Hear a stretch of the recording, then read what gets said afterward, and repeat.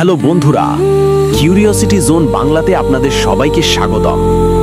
আজকে আমরা ঢুকতে যাচ্ছি এমন এক জগতে যেখানে মানুষ আসলে কি ভাবে, কি চায় এবং কাকে কতটা অভিনয় করে সবকিছু স্পষ্ট হয়ে যায়।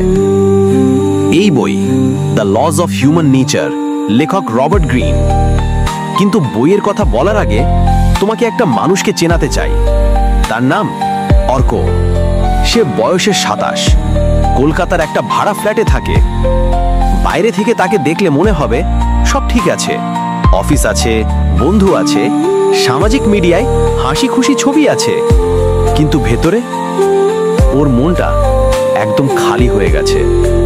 কারণ অর্ক একটা কথা বুঝতে পারছিল না, কেন মানুষ এত বদলে যায়। হঠাৎ করে বন্ধুরা দূরে সরে যায়, প্রিয় মানুষ আচরণ বদলে ফেলে, যার ওপর ভরসা করেছিল সেই মানুষই একদিন এমন কিছু বলে ফেলে যা রাতভর ঘুম কেড়ে নেয়। একদিন রাতে বৃষ্টি হচ্ছিল। অর্ক কাজ থেকে বাড়ি ফিরে সোফায় বসেছিল। মোবাইলে স্ক্রোল করতে করতে তার চোখে পড়ল রবার্ট গ্রিনের এই বইটি। নামটা দেখেই সে একটু থামল। হিউম্যান নেচার, মানুষের স্বভাব। যে জিনিসটা তাকে সবচেয়ে বেশি কষ্ট দিচ্ছে তার উত্তর কি সত্যি এখানে আছে? 2 মিনিট ভাবল, তারপর বইটা অর্ডার করল। 3 দিন পর দুপুরে বইটা হাতে পেল।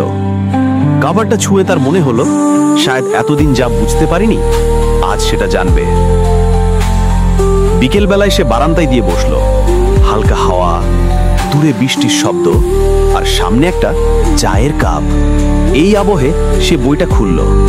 প্রথম কয়েক লাইনেই রবার্ট গ্রিন একটা কথা বললেন, মানুষ যা দেখায় তা কখনোই আসল মানুষ নয়।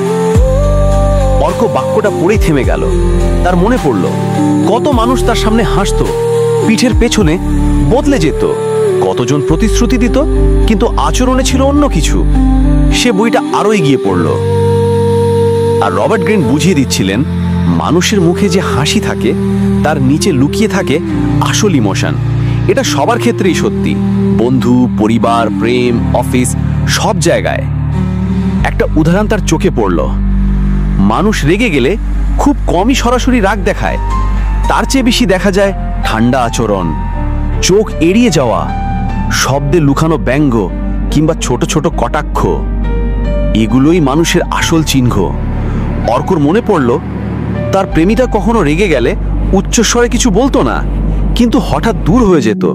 মেসেজ দেখেও রিপ্লাই দিত না, মুখে বলতো আমি ঠিক আছি, কিন্তু আচরণে ছিল হাজারটা প্রশ্ন।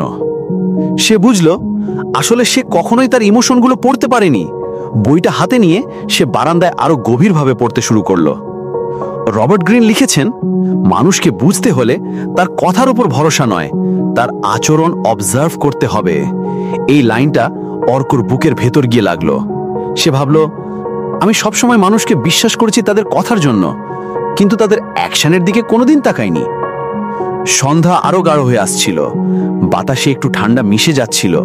অর্ক বইয়ের পাতায় আঙুল বুলিয়ে ভাবছিল, আমি এতদিন শুধু ভাবতাম লোকটা আমাকে কেন কষ্ট দিল, কিন্তু সে কেমন মানুষ সেটা বুঝতে চেষ্টা করিনি। আর তখনই রবার্ট গ্রিনের আরেকটা কথা তার চোখে পড়ল, সবার ভেতরেই একটা শ্যাডো সাইড থাকে, যদি তুমি সেটা না দেখো তাহলে একদিন সেই মানুষ তোমাকে ভেঙে ফেলবে। অর্কর মনে যেন বিদ্যুতের মতো আঘাত লাগলো। সে মনে করলো বহুবার সে লোকজনের শ্যাডো সাইড এড়িয়ে গেছে, কারণ সে চাইতো সবাইকে ভালো ভাবতে, কিন্তু সেই ভালো ভাবাটাই তার কষ্টের কারণ হয়ে দাঁড়িয়েছিল। বই পড়তে পড়তে অর্ক বুঝতে পারল, মানুষকে বুঝতে না পারলে তুমি নিজের জীবনকেই বুঝতে পারবে না। রাত বাড়ছিল। অর্ক বইটা বন্ধ করে গভীর শ্বাস নিল। তার বুকের ভেতর একটা ছোট্ট রিয়েলাইজেশন হচ্ছিল, আজ থেকে সে আর আগের মতো মানুষকে বিশ্বাস করবে না। সে দেখবে, শুনবে, অবজার্ভ করবে আর বুঝবে কে আসলে কি। এটাই ছিল ওর প্রথম দরজা। মানুষকে বোঝার প্রথম চাবিটাই ছিল এটা। এখানে আজকের অংশ শেষ করছি, তবে গল্প এখানেই থেমে নেই, কারণ আগামী অংশে আমরা ঢুকব মানুষ কেন হিংসা করে, কেন প্রতারণা করে, কেন হঠাৎ বদলে যায়, আর কিভাবে তুমি তার আগেই সব আগাম বুঝে ফেলতে পারবে। অন্যের মুখোশ খোলার খেলা এখন থেকেই শুরু। সেদিন রাতের পর অর্কর মাথায় একটা নতুন দরজা খুলে গেল।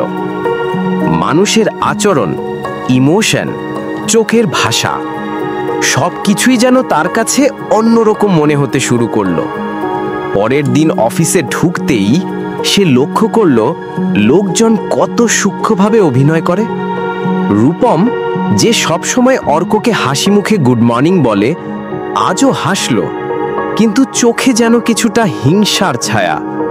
অর্ক আগে কখনো খেয়াল করেনি, কিন্তু আজ সে থমকে দাঁড়িয়ে ভাবল, এটা কেমন হাসি?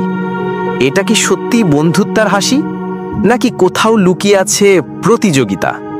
রবার্ট গ্রিন এই কথাটাই বলেছিলেন যে মানুষ কখনোই তার হিংসা সরাসরি দেখায় না, এটা চোখে দেখা যায়, টোনে শোনা যায়, কিছু না বলার মধ্যেই বোঝা যায়। অর্ক কফি নিতে গিয়ে ক্যাফেটেরিয়ায় বসল। হালকা ভিড়, কফির গন্ধ আর অফিসের মানুষের ফিসফিসানি, সবকিছুতেই একটা অদ্ভুত মিশ্র স্বভাব লুকিয়ে আছে। যে কেউ বাইরে থেকে দেখলে মনে করবে সবাই ঠিক আছে, কিন্তু রবার্ট গ্রিন বলছেন মানুষের ভেতরের আগুন বাইরে থেকে বোঝা যায় না।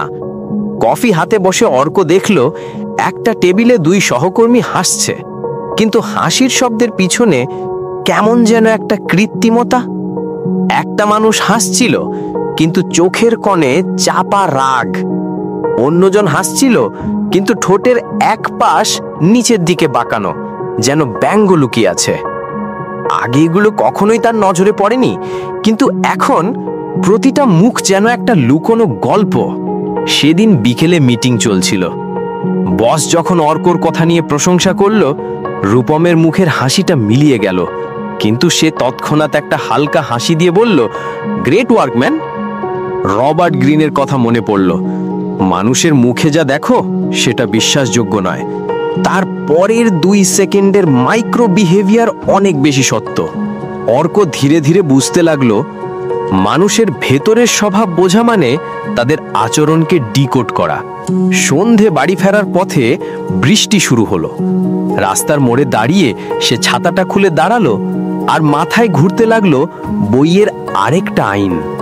মানুষ যখন ভয়, হিংসা, প্রতিযোগিতা কিংবা ইনসিকিউরিটি লুকাতে চায়, তখনই তারা সবচেয়ে বেশি অভিনয় করে। অর্ক নিজের দিকে তাকালো।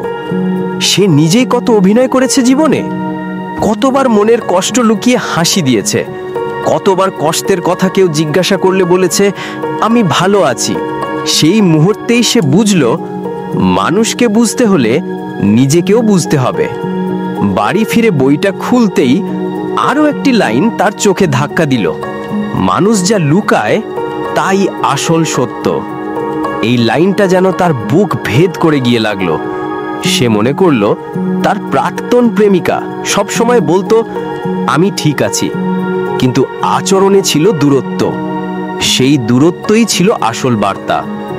সে চায়ের কাপ হাতে নিয়ে বারান্দায় দাঁড়িয়ে ভাবল, আমি যদি এই বইটা আগে পড়তাম তাহলে হয়তো এত কষ্ট পেতাম না, মানুষকে বুঝে নিতে পারতাম। বইয়ের পরের অংশে রবার্ট গ্রিন একটা জিনিস শিখিয়েছেন, মানুষ শুধু তার আবেগে নয়, তার চাহিদাতেও ধরা পড়ে। যে মানুষ তোমাকে দূরে ঠেলে দিচ্ছে তার চাহিদা অন্য কোথাও। যে মানুষ তোমাকে বারবার নিচে নামাতে চাইছে সে আসলে নিজের কমতিটা লুকাতে চাইছে। আর যে মানুষ তোমার সাফল্যে বিরক্ত সে ভেতরে ভেতরে ভয় পাচ্ছে তোমার উন্নতির জন্য। অর্কের মন উল্টে পাল্টে যাচ্ছিল। সে আজ প্রথমবার মানুষকে অন্যভাবে দেখছিল। মানুষ তার চোখে আর মানুষ নয়, এক একটা অদ্ভুত ইমোশনের খেলা। রাত বাড়ছিল, বৃষ্টি থেমে গিয়ে হালকা ঠান্ডা হাওয়া বইছিল। অর্ক বইটা বন্ধ করে ধীরে ধীরে শুয়ে পড়ল, কিন্তু তার মাথা কাজ করছিল। আমি কি সত্যি কখনো মানুষকে বুঝেছি? আয়নার সামনে দাঁড়িয়ে নিজের মুখটা একবার দেখল।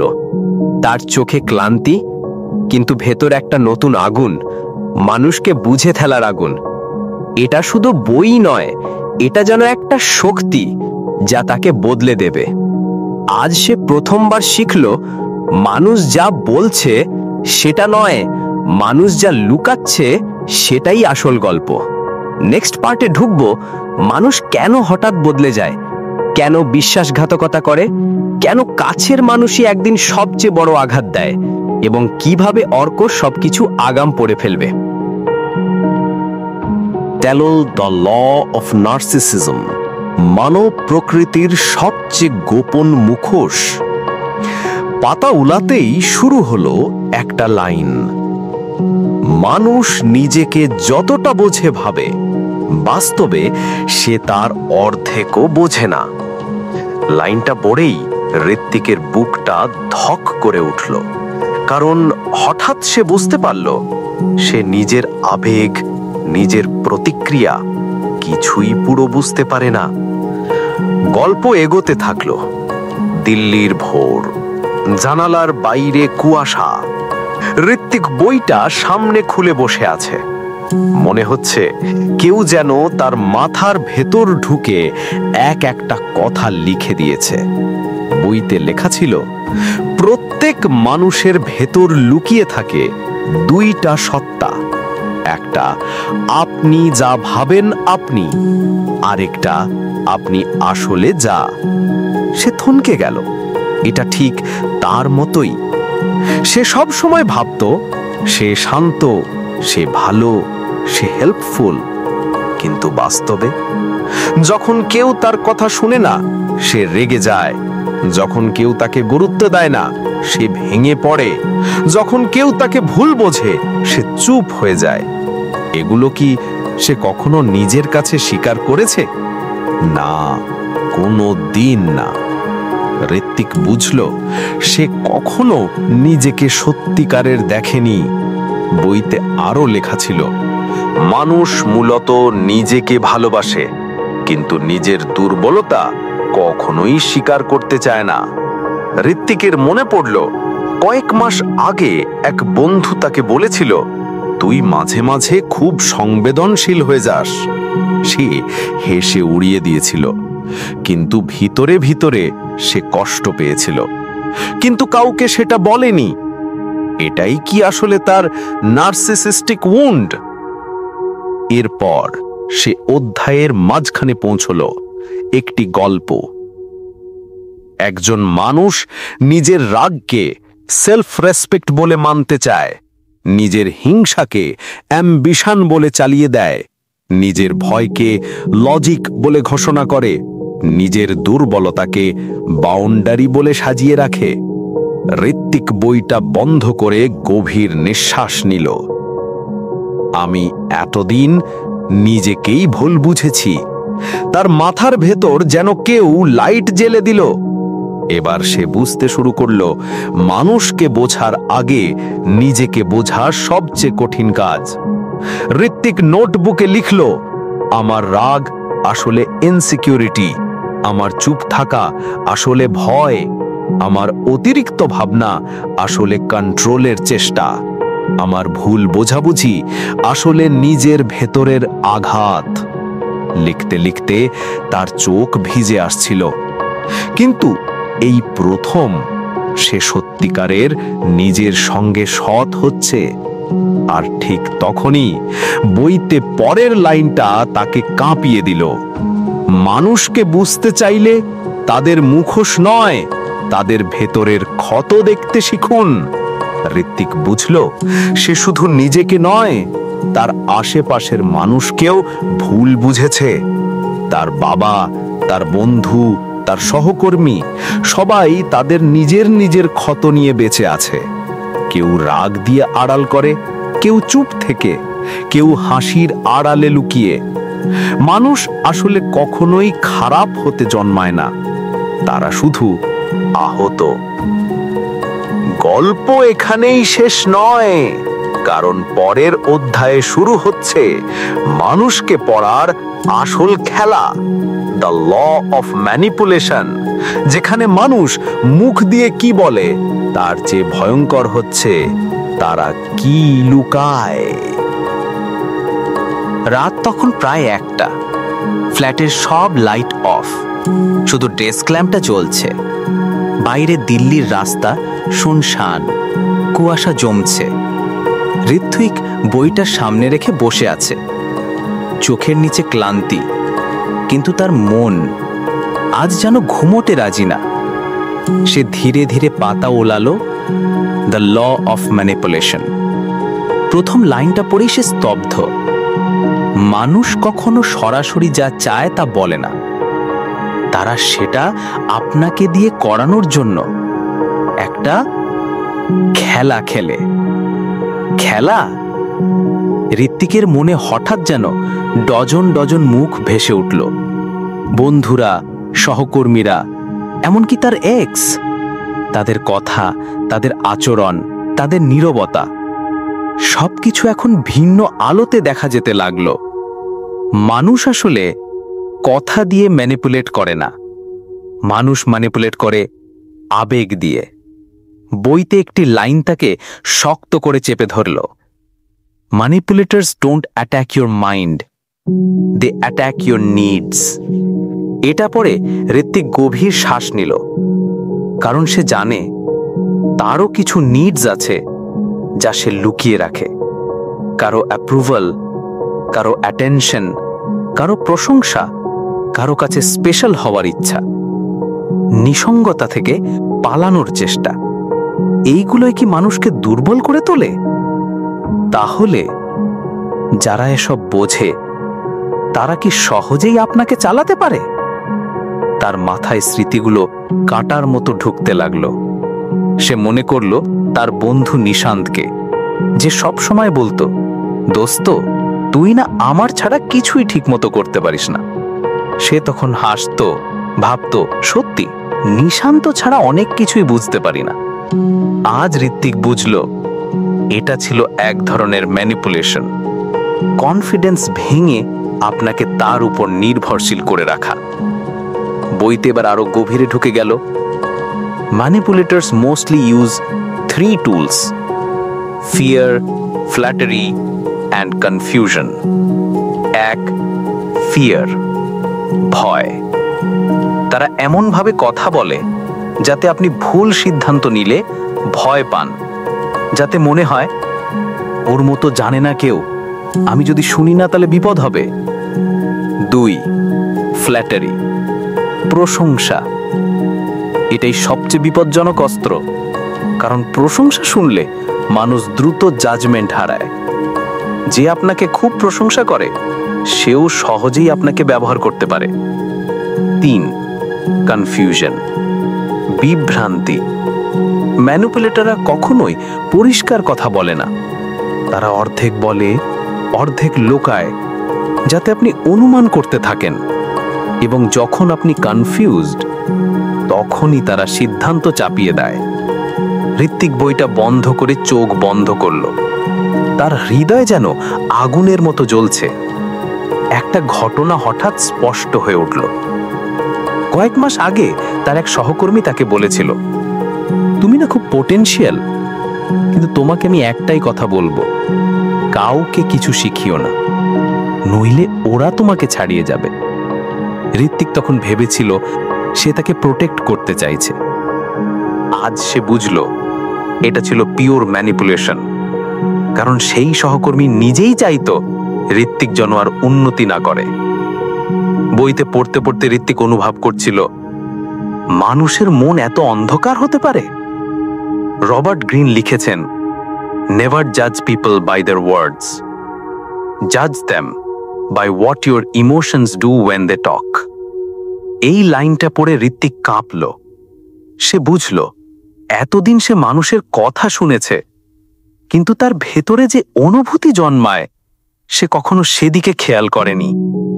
কেউ তাকে হাসি মুখে সাহায্য করত, কিন্তু তার ভেতর অস্বস্তি কাজ করত। সে তাকে ভুলে যেত, ভাবত এরকম ভাবা ভুল। না, সেটা ভুল ছিল না, তার ইনটুইশন তাকে চিৎকার করে সতর্ক করছিল। এরপর বইতে আসলো সবচেয়ে বড় সত্য, manipulators never show power, they hide vulnerability to gain control. এই লাইনটা পড়েই তার মনে পড়ল তার এক্সের কথা।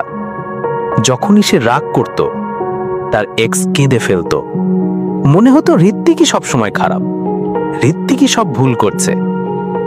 আজ সে বুঝল কান্নাটা ছিল ট্যাকটিক, ভালোবাসা নয়, বরং গিল্টের শিকল। এবার নোটবুকে লিখল, গভীর রাতে হাত কাঁপছে, কিন্তু সে থামছে না। মানুষ যা বলে তার অর্ধেকই সত্য নয়। মানুষের দৃষ্টি, গলা, সাইলেন্স, এগুলোই আসল ট্রুথ। যে আমাকে বারবার গিল্টি ফিল করায় সে আমাকে ব্যবহার করছে। যে আমাকে কনফিউজ করে সে আমাকে কন্ট্রোল করছে।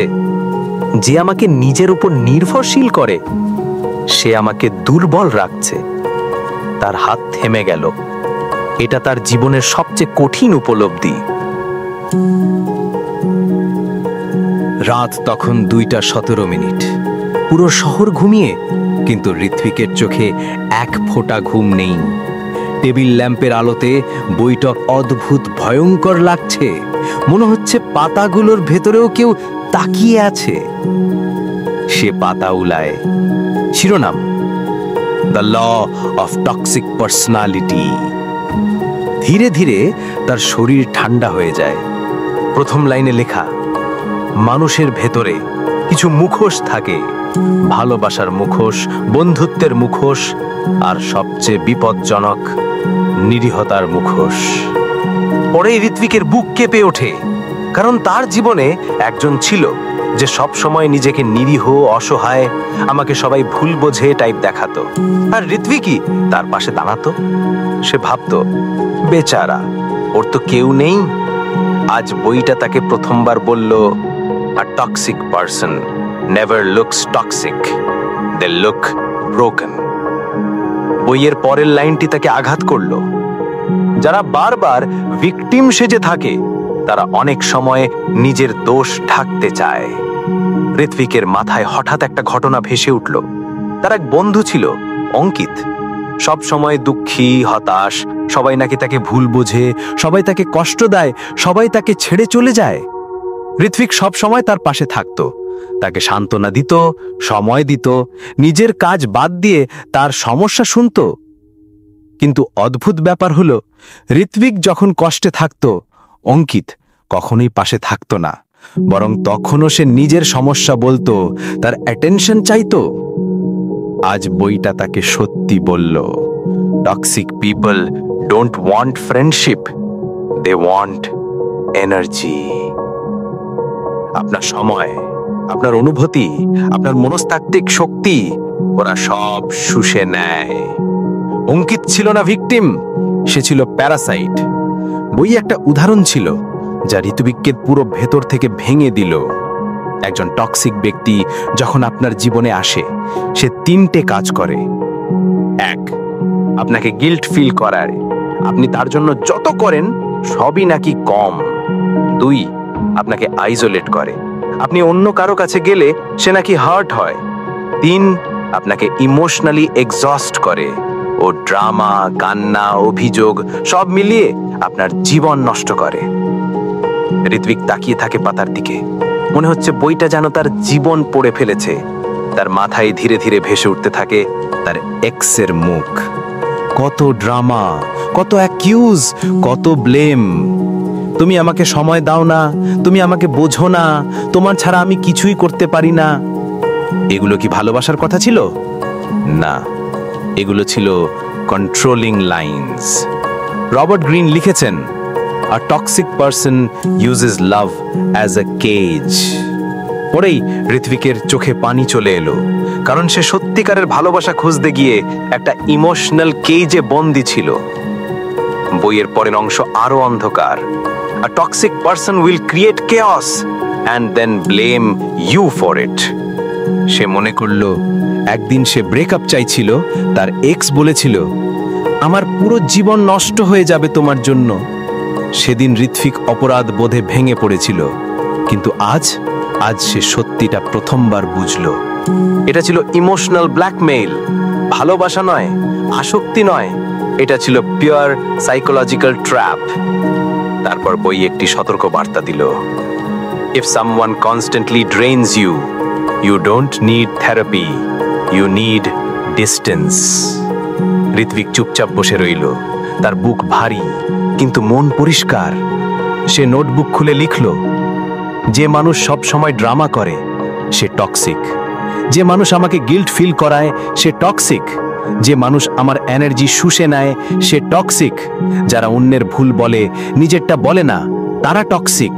যে আমাকে নিজের মতো হতে দিচ্ছে না সে আমার শত্রু, ভালোবাসা না।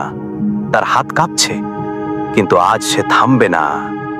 পাতা উলাতেই পরের অধ্যায়, দ্য ল অব এনভি। এখানে মানুষ হাসির আড়ালে আপনাকে ধ্বংস করতে চায়। যে বলছে দোস্ত তোর জন্য খুশি, হয়তো সেই আপনার সাফল্য সহ্য করতে পারছে না। রাত তখন আরো গভীর হয়েছে। বাইরে দূর থেকে কুকুরের ডাক ভেসে আসছে। ঋত্বিক বইটা বন্ধ করতে চেয়েও পারেনি। তার শরীর ক্লান্ত, কিন্তু মন জেগে আছে। পরের পাতায় লেখা, দ্য ল অফ এনভি। মানুষ যা দেখাতে চায় তা নয়, মানুষ আসলে যা লুকিয়ে রাখে সেটাই সবচেয়ে বিপজ্জনক। লাইনটা পড়েই তার মনে আগের এক স্মৃতি ফিরে এলো। তার খুব কাছের এক বন্ধু ছিল, সোহেল। সবসময় হাসি খুশি, খুব সাপোর্টিভ, সব কিছুতে পাশে। ঋত্বিক ভাবত এটাই তো সত্যিকারের বন্ধুত্ব। কিন্তু বই বলল, যারা সব সময় আপনাকে প্রশংসা করে তারাই অনেক সময় আপনার সফলতা সহ্য করতে পারে না। তার গা কেঁপে উঠল। মনে পড়ল যেদিন ঋত্বিক কাজে প্রমোশন পেল, সোহেল হেসেছিল, হাত মিলিয়েছিল, কিন্তু সেদিন রাতে সে আর ফোন ধরেনি। পরের দিন আচরণও ছিল ঠান্ডা। তখন মনে হয়েছিল হয়তো ব্যস্ত, হয়তো ভুলে গেছে। আজ বইটা তাকে সত্যি শিখিয়ে দিল, envy has no voice, it just hides in silence. সে বইটা আবার পড়তে লাগলো। রবার্ট গ্রিন লিখেছেন, ঈর্ষা সবসময় ছায়ার মতো থাকে। আপনি যখন আলোয় উঠবেন, ছায়াটাও আপনার সাথে বড় হবে। এই লাইন ঋত্বিকের বুক ফাঁকা করে দিল। সে বুঝল, যতই আপনি উন্নতি করবেন, মানুষের ভেতরে লুকানো দানবটা ততই জেগে উঠবে। হঠাৎ তার মনে আরেকটি ঘটনা ভেসে উঠল। ঋত্বিক যখন নতুন ল্যাপটপ কিনেছিল, সবার মন্তব্য ছিল, ভাই দারুণ, ওহ অসাধারণ, মনে হচ্ছে তুই ধীরে ধীরে একদম আপগ্রেড হয়ে গেছিস। কিন্তু সোহেল বলেছিল, এটা কিনে কি খুব বড় কিছু করে ফেললি? সেদিন কথাটা ঋত্বিককে গভীরভাবে খুঁচিয়ে দিয়েছিল, কিন্তু সে চুপ করেছিল। আজ বইটা তাকে সত্যি শিখিয়ে দিল, যে আপনার সফলতাকে ছোট করে সে আপনার ব্যর্থতাকেই বড় কামনা করে। পাতার নিচে লেখা ছিল, envy people mirror your strengths. মানে, যে আপনার উপর ঈর্ষা করছে সে আসলে আপনার ভেতরের শক্তিটা দেখছে, যেটা তার ভেতরে নেই। ঋত্বিক ভাবল, সোহেল কখনোই চুপচাপ সহ্য করতে পারেনি যখন ঋত্বিক এগিয়ে যেত। সে মাথা নিচু করে শুয়ে পড়ত, মনে মনে বলতো, কেন ঋত্বিক পারে আর আমি পারি না? এই লাইনগুলো পড়েই ঋত্বিকের চোখে একটা ছবির মতো দৃশ্য ফুটে উঠল। কেউ হাসছে, কিন্তু চোখ দুটো ঠান্ডা। কেউ অভিনয়ে আপনাকে শুভ কামনা জানাচ্ছে, কিন্তু বুকের ভিতর থেকে সে চাইছে আপনি পড়ে যান, থেমে যান, আপনার আলো নিভে যাক। এখন ঋত্বিক বুঝল, মানুষ আপনার সামনে যে মুখ দেখায়, সফলতার সময় সেই মুখটাই সবচেয়ে ভয়ঙ্কর হয়। এরপর বই একটা অত্যন্ত বিপজ্জনক সতর্কতা দিল, envy people never attack directly, they destroy you slowly. ওরা সরাসরি বলে না কিছু, ওরা করে ছোট্ট খোঁচা, হালকা ব্যঙ্গ, নরম ইয়ার্কি বা মজা করে বললাম ধরনের অপমান।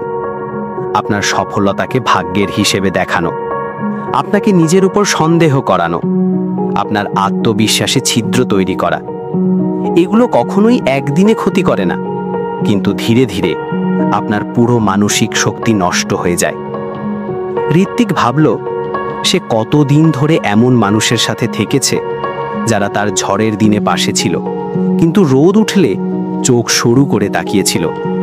হঠাৎ বইটায় একটা উদাহরণ পড়ে তার মন আরো অন্ধকার হয়ে গেল। একজন শিল্পী ছিলেন, তার খুব কাছের বন্ধু প্রতিদিন তার কাজ দেখে বলতো, ভালোই তো, কিন্তু তুমি আরো ভালো করতে পারতে, বা আইডিয়াটা ঠিক আছে কিন্তু আমার মতে এটা খুব কমন। বছরের পর বছর ওই শিল্পী নিজের উপর সন্দেহ করতে করতে শিল্পই ছেড়ে দেন, আর সেই বন্ধু তার জায়গা দখল করে ফেলে। লাইনটা পড়েই ঋত্বিকের বুক কেঁপে ওঠে। Envy doesn't kill talent, it kills confidence. এবার তার মাথায় নিজের ছোট বোনের ঘটনা মনে পড়ল। সে ঋত্বিককে একদিন বলেছিল, দাদা, তোর সফলতা দেখে সবাই খুশি হয় না, কেউ কেউ শুধু চুপ থাকে, কারণ তারা চায় তুই পড়ে যাস, থেমে যাস, আপনার আলো নিভে যাক। সেদিন ঋত্বিক হেসে উড়িয়ে দিয়েছিল, কিন্তু আজ তার মনে হচ্ছে সে ছেলেটাই অন্ধ ছিল। বইয়ের শেষ অংশে লেখা, প্রোটেক্ট ইয়োর লাইট। কেউ যদি তোমার আলোয় অন্ধ হয়ে যায়, তাকে নিজের পৃথিবী থেকে দূরে রাখো। ঋত্বিক বইটা বন্ধ করল, গভীর নিঃশ্বাস নিল, আর প্রথমবার শান্তভাবে বলল, যে আমার সফলতা সহ্য করতে পারে না, সে আমার জীবনে থাকার যোগ্য না। সে নোটবুকে লিখল, হাসির আড়ালে ঈর্ষা লুকিয়ে থাকে। যারা আমার অর্জনকে ছোট করে, তাদের থেকে দূরে যেতে হবে। যে আমাকে শান্তি না দিয়ে সন্দেহ দেয়, সে শত্রু। যে আমার আলো কমাতে চায়, সে আমার অন্ধকার। তার চোখে আজ প্রথমবার স্থিরতা। মানুষ তার আসল মুখটা তত নিখুঁতভাবে লুকিয়ে ফেলে। তুমি ভেবেছ সবাই তোমাকে বোঝে, সবাই তোমাকে পছন্দ করে? না, তারা শুধু তোমাকে পড়ছে। তোমার ভয়, তোমার দুর্বলতা, তোমার অহংকার, সব তাদের চোখে ইতিমধ্যেই স্পষ্ট।